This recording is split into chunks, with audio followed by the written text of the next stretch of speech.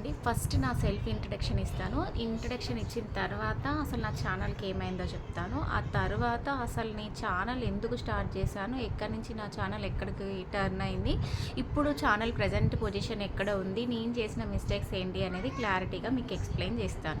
So first of all myself చెప్తాను. నా పేరు ఊహరాణి. సో నేనేంటి అంటే ఒక ప్రైవేట్ డిగ్రీ కాలేజ్ లెక్చరర్గా ప్రజెంట్ వర్క్ చేస్తున్నాను. సో నా క్వాలిఫికేషన్ వచ్చేసి ఎంఎస్సి స్టాటిస్టిక్స్ అనమాట.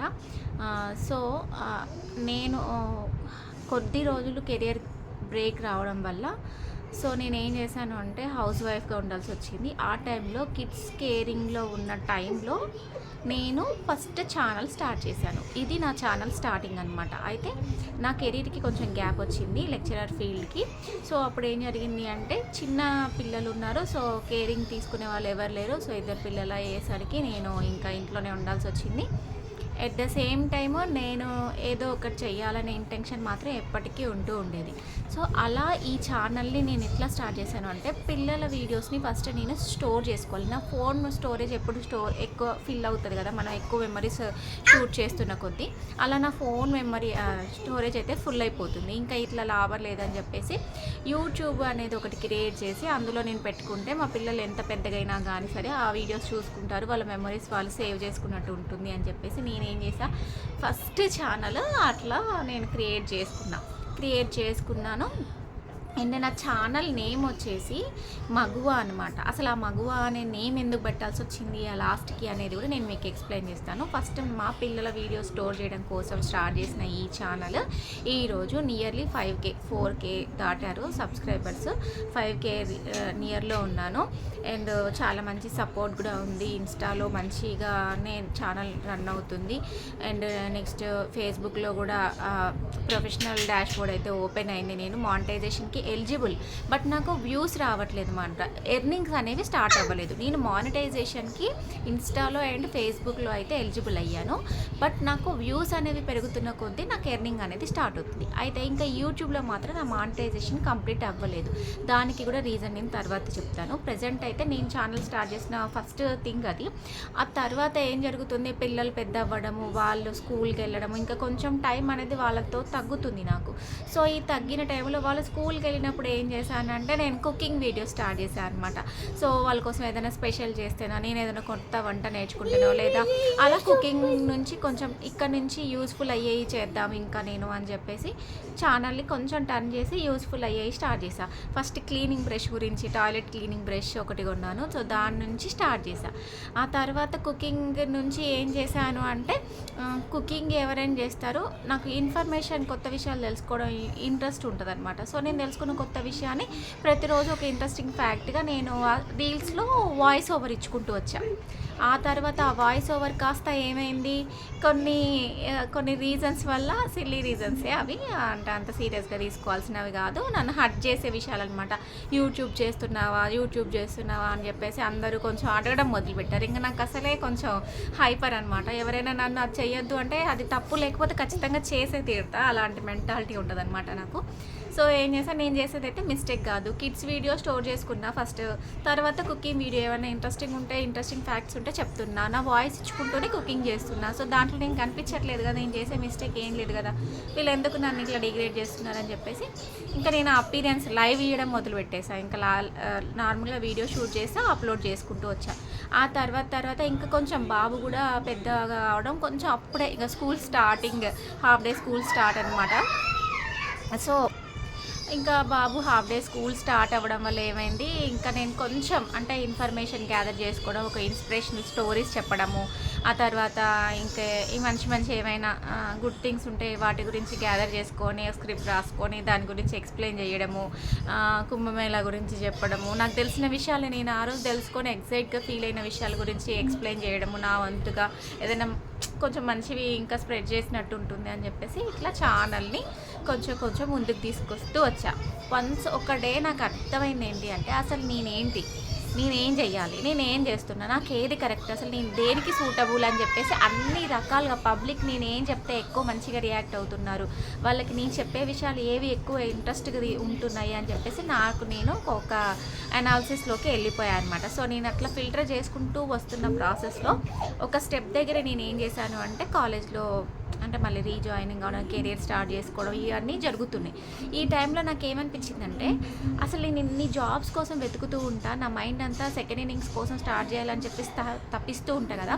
ఇట్లా నాకు తెలియని ఎన్నో జాబ్స్ నేను తెలుసుకుంటున్నా, ఈ జాబ్స్ గురించి నేను ఎందుకు చెప్పకూడదు అని చెప్పేసి అప్పటి నుంచి ప్రతిరోజు నోటిఫికేషన్స్ గురించి, అంటే అంతకుముందు కూడా చెప్పాను, బట్ ఇంకా మొత్తం 100కి 100% నోటిఫికేషన్స్ మీదే పడిపోయాయి అనమాట. నాకు ఏదైనా చిన్న ఇన్ఫర్మేషన్ తెలిస్తే చెప్పడము, ఆ నోటిఫికేషన్స్లో ఏదైనా ఈరోజు జాబ్ ఏమైనా ఆఫర్స్ ఉంటే అది దాని గురించి, ఇంటర్న్షిప్స్ గురించి, ఇలా ప్రతిదీ నాకు తెలిసి ఇంట్రెస్టింగ్గా అనిపించినవి అన్నీ కూడా నేను చెప్తూ వచ్చాను అనమాట. అయితే ఒక్క షార్ట్ వీడియో మాత్రం పర్సనల్ వ్లాగ్ చేశాను నేను. ఆ పర్సనల్ వ్లాగ్ చేసినప్పుడు ఒక్క షార్ట్ వీడియోకి 1 మిలియన్ వ్యూస్ క్రాస్ అయిపోయాయి అనమాట. సో క్రాస్ అయిపోయినప్పుడు నాకు అనిపించింది, అంటే ఒక ఉమెన్గా నేను ఇంత సఫర్ అవుతున్నా కాబట్టి నాలాంటి వాళ్ళు ఇంకా చాలామంది ఉన్నారు, ఒకవేళ నేను వాళ్ళ కోసం ఏమైనా చేయగలుగుతానేమో అనే ఒక థాట్లో నాకు ఏమనిపించిందంటే మగువ ఒక హౌస్ వైఫ్ ఒక దగ్గర బ్రేక్ వచ్చింది, కెరియర్లో బ్రేక్ వచ్చి ఏదో చెయ్యాలి సాధించాలనే ఇంటెన్షన్ ఉన్న ఒక ఉమెన్, ఇంట్లో సఫర్ అయ్యే ఉమెన్ ఎంతోమంది ఉంటారు. సో వాళ్ళకి నేను ఏమైనా చేయగలుగుతానా అని చెప్పే ఒక ఇంటెన్షన్ తోటి నేనేం చేశాను అంటే ఆ ఛానల్ పేరు మొత్తానికి మగువ అనే ఒక ఛానల్ని ఇంకా ఫిక్స్ అయిపోయాను నేను. నా ఛానల్లో ఉమెన్ ఏదైనా ఒక మగువగా ఒక ఉమెన్గా నేనేమైనా చేయగలుగుతానా, చెప్పగలుగుతానా, ఎవరికైనా ఉపయోగపడే విషయాలు మాట్లాడగలుగుతున్నా అనే దాని మీద ఛానల్ని తీసుకొచ్చా. సో అట్లా మగువ అని క్రియేట్ అయిపోయింది, ఒక బ్రాండ్ క్రియేట్ చేసుకున్నా, నా ఛానల్కి ఒక ఇమేజ్ ఇచ్చుకున్నా.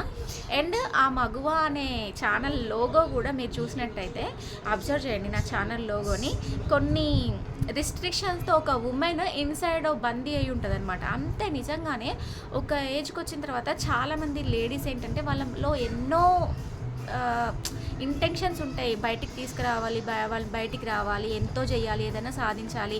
మధ్యలో నా కెరీర్ ఆగిపోయిన వాళ్ళు ఉంటారు, అసలు కెరీరే స్టార్ట్ చేయని వాళ్ళు లేడీస్ ఉంటారు, లేదా ఇంకా ఏదో చెయ్యాలి ఫెయిల్ అయిన వాళ్ళు ఉంటారు, మళ్ళీ సక్సెస్ కొట్టాలనుకునే వాళ్ళు ఉంటారు. ఇలా ఎంతోమంది లేడీస్ ఉంటారు. వాళ్ళందరికీ చిహ్నంగా నా లోగో మగువ అనే ఛానల్కి లోగో కూడా అలా నేను పెట్టుకున్నాను అనమాట. అప్పుడు నేనున్న సిచ్యువేషన్ కూడా యాక్చువల్గా చెప్పాలంటే అదే, నేను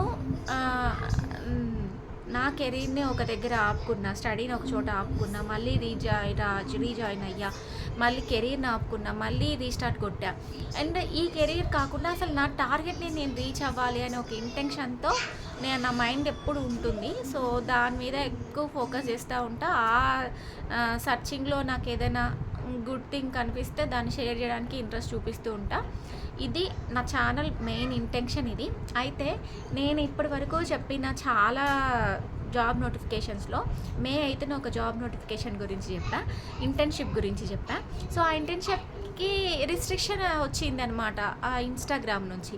సో ఈ రిస్ట్రిక్షన్ వచ్చి నా మానిటైజేషన్ ఇనెలిజిబుల్ అయిపోయింది, పార్ట్నర్షిప్ యాడ్స్ ఇనెలిజిబుల్ అయిపోయాయి. మళ్ళీ దానికి నేను రిపోర్ట్ రాసి సబ్మిట్ చేసుకొని మళ్ళీ నేను దానికి తీసుకున్నా, మళ్ళీ ఓకే ఇప్పుడు ఎలిజిబుల్లోనే ఉన్నా.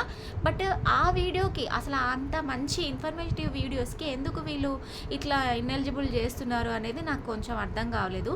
అది ఒక అవేర్నెస్ అనే చెప్పాను నేను, మళ్ళీ నేను వాళ్ళకి రీపోస్ట్ పెట్టాను నేను, ఏంటి ఇది ఒక అవేర్నెస్ గురించి చెప్పానని, ఇది ఎలాంటి ఇష్యూస్కి సంబంధించినది కాదు అని చెప్పేసి నేను పెట్టాను.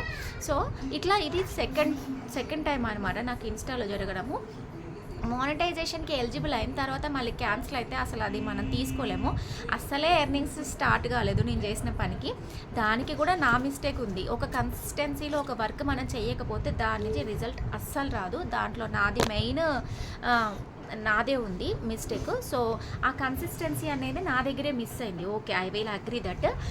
బట్ ఏంటి అంటే ఆ కన్సిస్టెన్సీని మెయింటైన్ చేస్తే మేబీ ఒకవేళ రావచ్చు. బట్ నాకు ఇంకొక విషయం అర్థమైంది ఏంటి అంటే, యూస్ఫుల్ అయ్యేది ఏదైనా చెప్తే మాత్రం ఎవ్వరు చూడరు. మామూలుగా ఒక డే రొటీన్ చెప్పుకోవాలి, ఆ డే రొటీన్లో నేను ఇది చేసా, ఇది తిన్నా, ఇట్లా ఉన్నా, అది ఇది ఏదో అంటే మనకు వీలైంది ఇంట్రెస్ట్తో ఉన్నదే చెప్పాలి. కానీ మన ఇంట్రెస్ట్లో ఎదుటి వాళ్ళ మీద రుద్దడం అనేది కరెక్ట్ కాదు. వ్యూస్ అయితే రావట్లేదు, వ్యూస్ రావు కూడా, నాకు అర్థమైపోయింది ఇంకా. సో నా ఛానల్ని నేను ఇంకొంచెం మాడిఫై చేయాలనుకుంటున్నా. అంతేకాకుండా ఇన్ఫర్మేషన్ ఇస్తూనే నా డే రొటీన్ని నేను అప్లోడ్ చేయాలనుకుంటున్నా. సో నేను ఫస్ట్ ఒక టార్గెట్ పెట్టుకున్నా. ఆ టార్గెట్ అనేది ఎన్ని రోజులు ఉంటుందో తెలీదు, అందులో కన్సిస్టెన్సీ మళ్ళీ మెయింటైన్ చేస్తున్నా పోతుందా అనేది నాకు తెలీదు. బట్ ఈసారి మాత్రం కొంచెం గట్టిగానే కాన్సన్ట్రేట్ చేస్తున్నా. నేను ఇప్పుడు ఒక టార్గెట్ పెట్టుకొని వెయిట్ విరాజ్, ఒక టార్గెట్ పెట్టుకొని విరాజ్